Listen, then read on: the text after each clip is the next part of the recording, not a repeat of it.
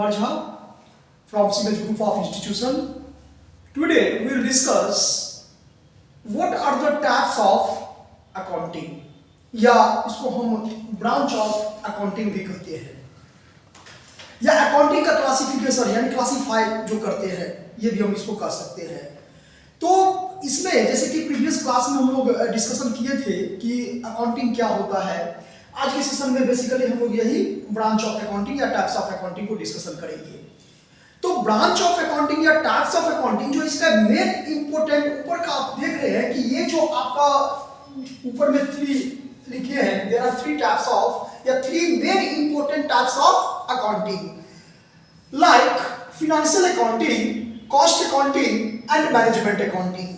तो financial accounting means actual में अगर हम अकाउंटिंग का डिफाइन करें तो अकाउंटिंग मींस फाइनेंशियल अकाउंटिंग।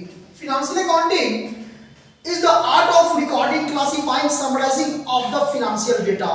यानी जितना भी फाइनेंशियल डेटा होता है उन सभी डेटाओं को बिजनेस के बुक्स में रिकॉर्ड करना, उसको रिकॉर्ड के बेसिस के आधार बेसिस पर हम लोग क्लासिफाई करते हैं, उसके बाद हम लोग समराइज करते हैं, मतलब जर्नल बनाते हैं, लेजर बनाते हैं, ट्रायल बैलेंस बनाते हैं, उसके बाद जाकर के हम लोग रिजल्ट को फाइंड आउट करते हैं।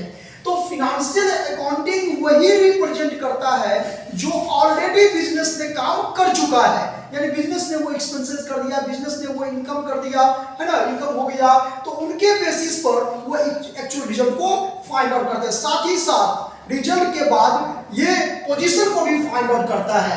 तो financial accounting represent the actual data. अगर हम ये कहें तो इसमें कोई गलत नहीं होगा, ये आपको एक्चुअल डेटा को रिप्रेजेंट करता है। एक्चुअल डेटा, ये एक्चुअल डेटा को रिप्रेजेंट करता है फाइनेंशियल अकाउंटिंग।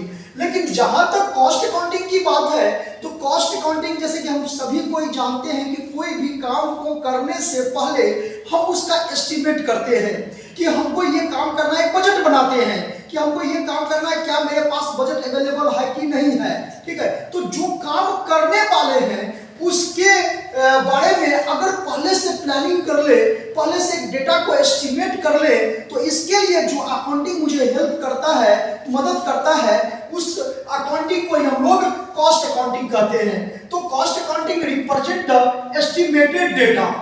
एस्टिमेटेड डेटा, ये एस्टिमेटेड डेटा को रिप्रेजेंट करता है। जैसे कोई कॉन्ट्रैक्ट लेना है तो कॉन्ट्रैक्ट कॉस्टिंग हो गया। कोई अगर मान लो कोई ऑयल है तो उसमें देखते होंगे ऑयल ऐसे डायरेक्ट हम लोग यूज नहीं करते घर में, उसमें क्रशिंग होता है, रिफाइनिंग होता है, फिनिशिंग होता है, तो वो कई प्रोसेस में होकर के जाकर के वो तो ईच एंड एवरी प्रोसेस पर उसका क्या कॉस्ट आएगा ये आपको फाइंड आउट करता है कॉस्ट अकाउंटिंग। और दोनों के बीच में जो हम एस्टिमेट किए थे और जो मेरा एक्चुअल आया, इन दोनों के बीच में जो डिफरेंशिएट कैलकुलेट करता है कि भैया इतना हम एज्यूम किए थे और इतना हुआ, तो दोनों के बीच में कम हुआ तो क्यों कम हुआ, ज्यादा हुआ तो क्यों ज्यादा हुआ।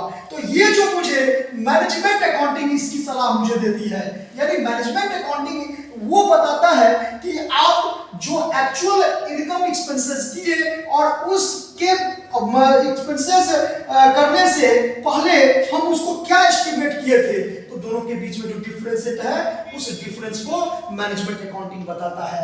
रहा बात इसको अदर ब्रांचेस में, तो ये अदर ब्रांचेस ऑफ अकाउंटिंग है जिसमें पहला कहता है सोशल रिस्पांसिबिलिटी अकाउंटिंग। क्योंकि आप देखोगे कि बिजनेस आपका करना मोटिव है, बिजनेस करने का मोटिव क्या है, प्रॉफिट को जनरेट करना, प्रॉफिट को अर्न करना।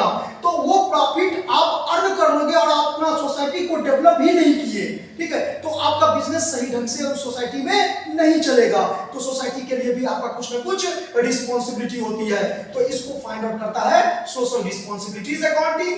टैक्स अकाउंटिंग जो मुझे टैक्स को कैलकुलेट करने में हेल्प करता है उसको हम लोग टैक्स अकाउंटिंग कहते हैं। क्योंकि आप अगर लीगल जो रिक्वायरमेंट है अगर उसको फुलफिल नहीं करोगे तो आपके बिजनेस को कोई भी, चाहे स्टेट गवर्नमेंट हो या सेंट्रल गवर्नमेंट हो, वो आपको नहीं चलने देगा, जब क्योंकि उसको भी टाइम टू टाइम क्या चाहिए, टैक्स चाहिए, ठीक है। तो ये आपको टैक्स अकाउंटिंग बताता है मुझे। और ह्यूमन रिसोर्स अकाउंटिंग, क्योंकि आप देखोगे कि कोई भी एम्प्लॉयर अपने एम्प्लॉय का वैल्यू करता है कि ये एम्प्लॉय उस ऑर्गेनाइजेशन के लिए एसेट्स है कि उस ऑर्गेनाइजेशन के लिए लायबिलिटीज है। अगर लायबिलिटीज है तो वो वो ज्यादा दिन तक उस एम्प्लॉय को सर्वाइव नहीं करेगा, वो इमीडिएटली उसको क्या करेगा, जॉब से रिजेक्ट कर देगा, है ना, हटा देगा।